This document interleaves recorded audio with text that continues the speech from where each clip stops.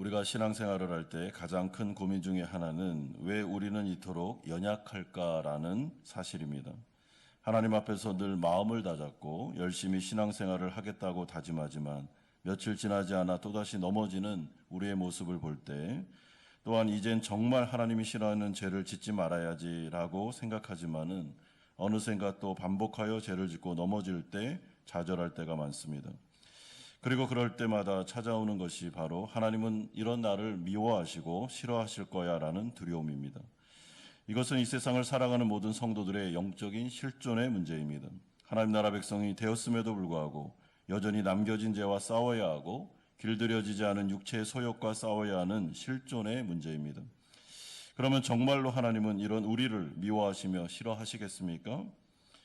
오늘 우리가 살펴볼 중요한 주제라고 생각합니다. 첫 번째는 베드로의 호언장담하는 모습이 31절에서 35절까지에 나오고 있습니다. 예수님은 제자들을 향해 자신의 십자가 죽음으로 제자들이 거의 신앙을 팔아먹을 정도로 넘어지게 될 것임을 경고하십니다. 31절 보시면 오늘 밤에 너희가 다 나를 버리리라. 여기서 너희가 나를 버리리라 라는 말은 정확히 너희가 나 때문에 넘어지게 될 것이다. 내가 너희의 걸림돌이 될 것이다 라는 뜻입니다. 그러면서 구약성경 스가랴서 13장 7절의 말씀을 인용하며 경고의 말씀을 이어나가십니다. 기록된 바 내가 목자를 치리니 양의 떼가 흩어지리라. 여기서 목자를 친다는 것은 예수 그리스도의 십자가 죽음을 말합니다. 그때 양들인 제자들은 모두 다 목자를 버리고 도망하게 될 것임을 예언하고 있습니다. 그러면 왜 예수님은 바로 이 시점에서 이런 이상한 말씀을 하고 계시는 걸까 생각할 때 그것은 적어도 두 가지의 목적이 있는데, 첫째는 지금 제자들이 신앙의 잘못된 방향성을 가지고 있기 때문에 그렇습니다. 이들은 자신들의 스승 예수님의 십자가 죽음에 대해 이해와 기대감이 전혀 없었습니다. 예수님이 여러 번 반복하여 말씀하셔도 받아들일 자세가 전혀 되어 있지 않았습니다. 물론 그렇다고 예수님을 존경하지 않은 것은 아닙니다. 이들은 예수님을 사랑하고 존경했습니다. 하지만 이들의 신앙의 방향성은 철저히 인간적이었고 세속적이었으며 한계가 많았습니다. 두 번째는 그렇게 예수님은 자신의 십자가 죽음이 제자들에게 큰 시험거리가 될 것을 아셨기 때문에 이 말씀을 주고 계십니다. 이로 인해 베드로와 같은 경우는 크게 넘어지게 될 것을 아셨습니다. 그래서 미리 나중에 제자들이 예수님의 십자가 앞에서 크게 넘어졌을 때 붙잡아 주기 위해 영혼의 닭과 같은 말씀을 주고 계십니다. 나중에 실패했을 때 이 말씀을 붙잡고 다시 회개하는 자리로 나아가도록 주신 것입니다. 이렇듯 하나님의 모든 말씀은 그것이 책망이든 경고든 축복이든 다 하나님의 사랑이 담겨져 있는 메시지임을 기억할 필요가 있습니다. 따라서 지금 우리에게 임하는 모든 말씀은 다 축복의 말씀입니다. 지금 당장 이해가 잘 안 돼도 하나님의 말씀을 듣는 자리에 있다는 것 자체가 은혜입니다. 그러면 그 말씀은 언젠가 나를 붙잡아주는 능력의 말씀으로 역사할 때가 반드시 오게 됩니다. 하지만 제자들은 그렇게 하지를 못했습니다. 오히려 예수님의 경고의 말씀을 우습게 여겼습니다. 이에 성질이 급한 베드로가 또다시 나서고 있습니다. 33절 그리고 35절을 보면 모두 주를 버릴지라도 나는 결코 버리지 않겠나이다. 내가 주와 함께 죽을지언정 주를 부인하지 않겠습니다 라고 고백하고 있습니다. 이러한 베드로의 고백을 들으면 신앙이 굉장히 훌륭해 보입니다. 그러나 이것은 바른 신앙이 아닙니다. 왜냐하면 예수님의 말씀을 수용하고 있지 않기 때문에 그렇습니다. 오히려 비웃는 것처럼 여겨집니다. 베드로는 지금 굉장히 교만해 있습니다. 자기 착각, 자기 환상에 빠져 있습니다. 그러므로 주님은 이러한 베드로를 향해서 다시 한번 경고하십니다. 34절에 내가 진실로 내게 이르노니 오늘 밤 다구기 전에 네가 3번 나를 부인하리라. 네가 그렇게도 자신만만하냐? 너는 위기의 순간에 나를 3번씩이나 모른다고 부인할 것이다. 그러니 베드로야 제발 겸손하게 나의 하는 이 경고의 말을 귀담아 들어야 된다라고 말씀하십니다. 하지만 베드로는 끝까지 이러한 예수님의 말씀을 받아들이지 않고 인정하지도 않고 있습니다. 왜냐하면 자신은 절대로 예수님을 부인하지도 죄를 짓지도 않을 사람이라고 착각했기 때문입니다. 따라서 교만한 태도의 척도는 여러분 하나님의 말씀을 듣는 자세에 있습니다. 하나님의 말씀을 들을 때 이 말씀을 나의 말씀으로 받아들이냐, 아니면 그 말씀을 비웃느냐, 아니면 그 말씀은 나에게는 해당하는 것이 아니고 다른 사람에게만 해당되는 거야 라는 태도들, 이런 것들이 우리의 교만을 바라보게 합니다. 이에 예수님은 제자들이 말을 듣든지 안 듣든지 상관없이 계속 권면의 말씀을 이어가십니다. 32절에 그러나 내가 살아난 후에 너희보다 먼저 갈릴리로 가리라. 이것은 예수님께서 제자들이 이미 실패할 것을 아시고 이들을 회복시켜 주기 위해 주신 약속의 말씀입니다. 나는 부활할 거다. 그러니 부활 후에 다시 나를 갈릴리에서 만나야 한다. 그래야 너희가 회복될 수 있다라고 약속하십니다. 따라서 주님은 십자가 앞에서 제자들이 넘어질 것도 실패할 것도 영적으로 침체될 것도 알고 계셨습니다. 그러니 우리는 우리 자신을 너무 과신해서도 안 되고 또한 연약함에만 집중해서도 안 됩니다. 왜냐하면 하나님은 우리가 연약하여 죄에 자주 넘어지며 실패할 것을 이미 다 아시면서도 우리를 구원하기로 결정하셨기 때문에 그런 것입니다. 그리고 성도가 구원받은 이후의 삶을 살아갈 때 실패와 실수를 하는 부분에 대해서 하나님은 허용하십니다. 그리고 그 일을 통해서 다시 실수하고 회개하고 죄를 짓고 회개하는 반복된 삶을 통해서 우리를 겸손케 하시고 하나님께로 인도하시는 하나님의 놀라운 지혜가 거기에 담겨져 있습니다. 두 번째는 이제 드디어 베드로가 실패하는 장면이 69절에서 74절에 나오고 있습니다. 여러분, 베드로는 정말 예수님의 말씀처럼 3번씩이나 예수님을 모른다고 부인했겠습니까? 그렇게 자신만만하고 내가 죽을지언정 다른 사람은 다 주님을 버리고 떠나가도 저는 주님 버리지 않습니다. 저는 부인하지 않겠습니다라고 자신했던 베드로였습니다. 여러분, 오늘 본문은 예수님이 체포됐을 때 베드로가 용기를 내어 유대인의 공회, 재판장 바깥 뜰까지 따라왔다고 말씀합니다. 굉장히 용기가 있었습니다. 그런데 바로 그때 예상하지 못한 일이 벌어졌습니다. 여종 하나가 베드로를 향해 69절과 같이 말했기 때문입니다. 너도 갈릴리 사람 예수와 함께 있었도다. 그러자 순간적으로 베드로는 너무나도 당황해서 두려워서 무서워서 사람들 앞에서 예수님을 모른다고 부인합니다. 70절에 나는 네가 무슨 말을 하는지 알지 못하겠노라. 그리고 이후 베드로는 연거푸, 맹세와 저주까지 해가면서 예수님을 알지 못한다고 부인합니다. 72절에 베드로가 맹세하고 또 부인하여 이르되 나는 그 사람을 알지 못하노라. 74절에도 그가 저주하며 맹세하여 이르되 나는 그 사람을 알지 못하노라. 이것이 바로 그렇게도 자신을 과신했던, 그래서 죽을지언정 절대로 예수님 부인하지 않겠습니다 라고 호언장담했던 예수님의 수제자 베드로가 실패하는 장면입니다. 그런데 더 충격적인 것은 여러분, 베드로가 지금 하고 있는 이 부인, 예수님을 부인하는 죄는 우리가 생각하는 것보다 훨씬 더 심각한 죄입니다. 여러분, 우리가 이 내용을 이미 알고 있기 때문에, 그리고 익숙하기 때문에 예수님을 부인하는 것, 모른다 하는 것이 별로 그렇게 큰 죄가 아닌 것처럼 느껴집니다. 그러나 그렇지 않습니다.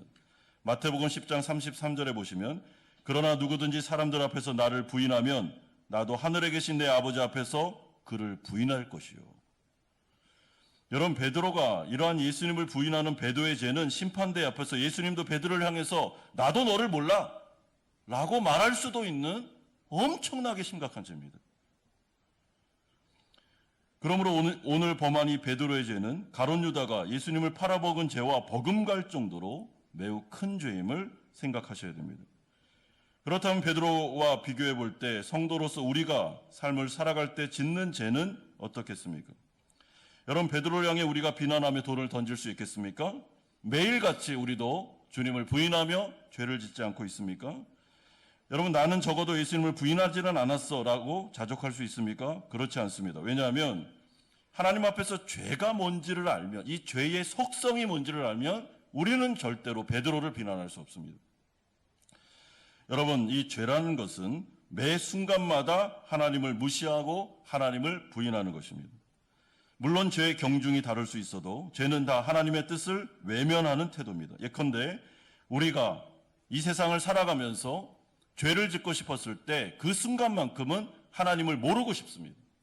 그리고 하나님의 뜻에 대해서 잊어버리고 싶습니다. 하나님을 무시하고 싶고 하나님에 대해서 부인하고 싶은 마음이 드는 것입니다. 그리고 죄를 짓는 것이죠. 그러므로 먹고 사는 현실 문제 앞에서 우리가 하나님이 아닌, 예배가 아닌 세상 일에 우선순위를 둘 때가 많은데, 그럴 때마다 우리가 먹고 살아야 하니 어쩔 수 없습니다. 아니, 이런 상황에서 당연히 이렇게 하는 게 맞죠 라고 할 때 하나님을 모른다, 하나님을 무시한다, 하나님보다 다른 것에 더 우선순위를 두는 모든 것들이 사실은 죄가 되는 것입니다. 여러분, 윤리적인 죄는 어떻습니까? 음란한 죄를 짓고 싶을 때, 남을 욕하고 험담하고 싶을 때 우리는 예수님을 외면하고 싶은 유혹을 매일같이 느낍니다. 왜냐하면 모든 죄는 하나님을 외면하고 무시하는 것이기 때문에. 그런데 심각한 것은 우리가 매일같이 죄를 밥 먹듯이 짓고 있다는 사실입니다. 그렇다면 어떻게 해야 되는 것입니까? 죄를 지을 때마다 하나님께서 우리를 미워하셔서 벌 주시고 심판하시고 구원해서 배제시킨다면 어떻게 하겠습니까? 따라서 우리는 결코 베드로를 향해 돌을 던질 수 없음을 기억하면서, 또한 그 현장에 나도 있었음을 생각하면서 오늘 이 자리에서 고난주간을 보내며 우리 자신을 돌아볼 필요가 있습니다. 마지막 세 번째로 이러한 상황 속에 베드로가 회개하는 장면이 75절에 나오고 있습니다. 그러므로 이제 베드로가 실패한 이후 그에게 어떤 일이 벌어졌을까요? 여러분, 오늘 본문 75절은 아주 놀라운 반전을 우리에게 말씀합니다. 즉, 베드로가 예수님을 모른다고 3번씩이나 부인했을 때 예수님의 예언처럼 닭이 울었고, 이에 베드로는 그 닭 울음소리를 듣자마자 예수님의 말씀이 생각나서 회개하는 자리로 나아가고 있습니다. 75절에 이에 베드로가 예수의 말씀에 닭 울기 전에 네가 3번 나를 부인하라 하심이 생각나서. 여러분, 75절에서, 아니 우리가 오늘 살펴보고 있는 설교에서 가장 중요한 단어를 찾아라 라고 한다면 생각나서라는 이 단어입니다. 뭐가 생각이 났습니까? 예수님의 말씀이 생각이 나서 그는 회개하는 자리로 나아가고 있습니다. 여러분, 예수님의 말씀처럼 그는 3번 예수님을 부인했습니다. 아니, 정신이 없었습니다. 무서웠습니다. 그래서 예수님을 부인하고 말았습니다. 근데 예수님의 말씀처럼 닭이 울었습니다. 닭이 우는 순간 예수님의 말씀이 생각났습니다. 여러분, 저는 이것이 바로 성도와 성도가 아닌 자연인과의 중요한 차이점이라고 생각합니다. 왜냐하면 성도는 정말로 이상하게도 죄를 지었을 때, 넘어졌을 때, 위기의 순간에 하나님의 말씀이 생각나기 때문에 그렇습니다. 저는 이것이 바로 성령의 역사, 기적의 역사라고 생각합니다. 왜냐하면 만약에 이 순간에 베드로의 머릿속을 지배했던 생각이 가룟 유다처럼 나는 주인을 분했어, 그러므로 나는 쓸모없어, 그러니 난 죽어야 돼, 내 양심을 잠재울 수 없어, 죽어야만 양심을 잠재울 수 있을 거야 라고 생각했다면 베드로는 자살을 시도했을지도 모르기 때문입니다. 하지만 베드로의 머릿속에는 이 위기의 순간에 예수님께서 해주셨던 예언의 말씀이 생각났습니다. 그리고 그 말씀이 살아 역사하여 다시 베드로를 회개의 자리, 회복의 자리, 부활의 자리로 인도하고 있습니다. 따라서 우리는 바로 지금 이 시점에서 주님께서 왜 베드로를 향해서 오늘 밤 닭 울기 전에 네가 3번 나를 부인할 거다라는 말씀을 왜 미리 해주셨는지를 정확하게 깨닫게 됩니다. 그것은 베드로를 책망하기 위해서도 무한을 주기 위해서도 아니었습니다. 오직 하나, 베드로가 위기의 순간에 넘어졌을 때 그를 붙잡아 주기 위해서 하나님의 말씀을 주신 것입니다. 사랑이죠. 사랑이었습니다. 여러분, 베드로는 이걸 몰랐습니다. 왜 이런 말씀을 하시나? 왜 책망의 말씀 같은, 경고의 말씀 같은 걸 하시나? 축복의 말씀을 하셔야지 라고 생각했습니다. 그러나 여러분, 이 말씀이 베드로를 붙잡아 주고 있습니다. 따라서 성령은 이 말씀을 통해 베드로를 회개의 자리로 인도합니다. 75절에 이에 베드로가 예수의 말씀이 생각나서 밖에 나가서 심히 통곡하니라. 이런 점에서 회개는 죄를 지은 성도가 다시 하나님과의 관계를 회복할 수 있는 놀라운 은혜의 수단입니다. 이 회개라는 은혜의 수단은 한두 번만 사용할 수 있는 것이 아닙니다. 무한대로 사용할 수 있는, 무한대로 용서받을 수 있는 하나님의 은혜입니다. 그러니 얼마나 감사합니까? 여러분, 성화 과정을 겪고 있는 성도들에게, 우리에게 남겨진 죄가 있으며 세상의 유혹이 있으며 사탄의 공격이 있는 이 총체적인 난국 앞에서 죄를 지을 수밖에 없는 상황 속에서 만약에 하나님께서 우리에게 회개라는 은혜의 수단을 주지 않았다면 우리는 살아갈 수 없습니다. 회개라는 은혜의 수단을 주신 이유는 이미 우리가 넘어질지를 아셨기 때문입니다. 그리고 이 회개라는 은혜의 수단은 무한대로 사용할 수 있으며 무한대로 용서받을 수 있습니다. 하지만 가룟 유다는 이러한 회개라는 은혜의 수단을 사용하지 못했는데 그 이유는 그에게 성령이 없었기 때문입니다. 따라서 우리는 여기에서 크리스찬과 넌 크리스찬의 차이점을 발견하게 됩니다. 요한일서 1장 9절은 성도들에게 약속합니다. 만일 우리가 우리 죄를 자백하면 그는 미쁘시고 의로우사 우리 죄를 사하시며 우리를 모든 불의에서 깨끗하게 하실 것이요. 그러니 이 약속을 붙잡고 매일 무한히 임하는 회개를 통한 하나님의 용서의 은혜를 마음껏 누리셔야 됩니다. 이것이 바로 한계가 많은 연약한 우리가 성화를 이루어갈 수 있는 유일한 방법입니다. 우리는 주 예수 그리스도의 십자가를 믿는 자들이며 그 십자가는 우리의 모든 죄를 위하여 대신 죽으신 예수님의 은혜였습니다. 그러면 우리가 예수님을 믿으면 우리는 영원히 죄사함을 받게 됩니다. 그러나 매 순간마다 성화의 과정을 통해 우리는 죄에 넘어집니다. 그럴 땐 어떻게 해야 됩니까? 예수님의 십자가 공로를 통해 우리의 전신이 목욕을 받았기 때문에 이제는 발만 회개를 통해서 씻으면 되는 것입니다. 하나님은 우리가 예수 믿고 구원받았지만 죄에 여전히 연약하며 넘어질 것을 알고 계셨습니다.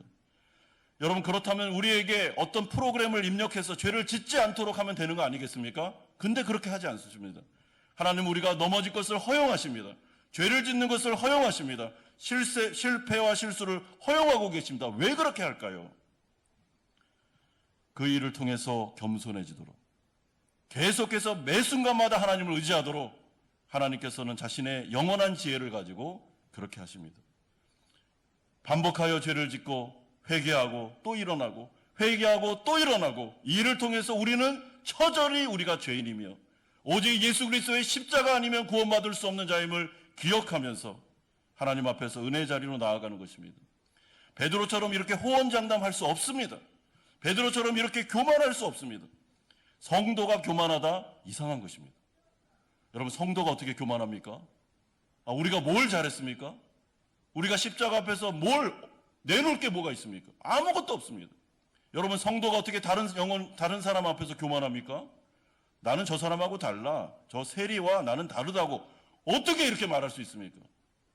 자신의 실존을 안다면, 죄의 연약함을 안다면, 죄의 매해마다 넘어지고 있다는 것을 안다면 그렇게 할 수 없는 것입니다. 그래서 주님은 안전장치로 우리에게 남겨진 죄를 주셨고, 우리가 넘어진다는 것을 아시면서도 성화의 과정을 겪게 하십니다. 그래서 겸손하게 하나님 앞에서 매 순간마다 하나님을 의지하며 걸어갈 수 있도록, 또한 다른 사람을 욕하거나 비난하지 않도록, 저 사람에 비해 내가 더 큰 죄인인데 내가 어떻게 저 사람을 비난해? 여러분, 이것이 성도에게 옳은 태도인 것입니다. 그러므로 베드로의 이 호언장담, 베드로의 이 교만은 절대로 성화 과정에서는 본받아야 되는 부분이 아닙니다. 사랑하는 성도 여러분, 고난주간을 보내면서 오늘 이 시간에 우리가 하나님 앞에서 예수 그리스도의 십자가를 통하여 온 전신이 깨끗함을 입은 것에 대해서 감사하셔야 됩니다. 그럼에도 불구하고 여전히 우리의 영혼의 실존의 문제, 우리가 매일마다 반복하여 죄를 짓고 있는 이 문제에 대해서, 또한 반복적으로 넘어지는 죄가 있다면 여러분, 이 고난주간을 보내면서 그리스도의 은혜를 통해서 끊어야 됩니다. 내가 끊는 것이 아니라 끊도록 해달라고 구해야 됩니다. 하나님, 이 부분에 대해서는 좀 끊어질 수 있도록 역사해 주십시오. 제가 다른 사람을 반복적으로 비난하지 않도록, 교만하지 않도록, 음란한 죄에 빠지지 않도록, 주님, 이 고난주간에 제가 회개하며 나아가오니 성령의 능력으로 끊어지는 역사가 일어나게 해주셔서 하나님 앞에서 정결하게 살아갈 수 있도록 도와주옵소서. 그럴 때 오늘 주시는 이 말씀을 통해서, 성령의 은혜를 통해서 우리 가운데 놀라운 정결함을 회복하는 역사가 나타나게 될 것입니다. 이런 은혜가 우리 모든 성도님들에게 임하기를 주 예수 그리스도의 이름으로 축원드립니다.